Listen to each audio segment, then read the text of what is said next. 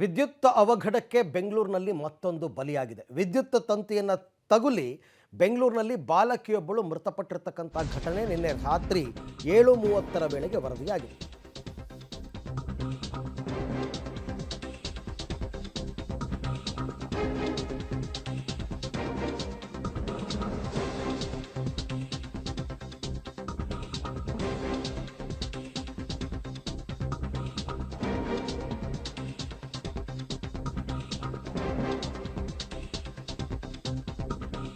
ವಿದ್ಯುತ್ ತಂತಿ ತಗುಲಿ ಬೆಂಗಳೂರಿನಲ್ಲಿ ಮತ್ತೊಂದು ಬಲಿಯಾಗಿದೆ. ವಿದ್ಯುತ್ ತಂತಿ ತಗುಲಿ ಬಾಲಕಿ ಸಾವನ್ನಪ್ಪಿದ್ದಾಳೆ.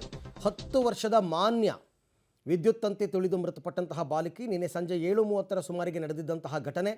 ವರ್ತೂರಿನ ಪ್ರೆಸ್ಟೀಜ್ ಹೆಬಿಟೇಟ್ ಅಪಾರ್ಟ್ಮೆಂಟ್ನಲ್ಲಿ ನಡೆದಿರ್ತಕ್ಕಂಥ ಘಟನೆ. ಕರೆಂಟ್ ಶಾಕ್ ಹೊಡಿತಾ ಇದ್ದಂತೆ ಆಸ್ಪತ್ರೆಗೆ ದಾಖಲು ಮಾಡಿದ್ದಾರೆ ಸ್ಥಳೀಯರು. ಆದರೆ ಚಿಕಿತ್ಸೆ ಫಲಕಾರಿಯಾಗದೆ ಮೃತಪಟ್ಟು ರಾತ್ರಿಯೇ ಮೃತಪಟ್ಟಿದ್ದಾಳೆ ಪಾಪ ಬಾಲಕಿ ಪೋಷಕರಿಂದ ಈಗ ವರ್ತೂರು ಪೊಲೀಸ್ ಠಾಣೆಗೆ ದೂರು ಕೂಡ ದಾಖಲಾಗಿದೆ.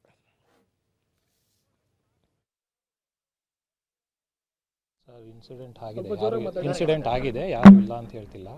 ಇದಕ್ಕೆ ಆಲ್ರೆಡಿ ಮಗುವಿನ ತಂದೆ ತಾಯಿ ಪೊಲೀಸ್ ಸ್ಟೇಷನಲ್ಲಿ ಕಂಪ್ಲೇಂಟ್ ಕೊಟ್ಟಿದ್ದಾರೆ.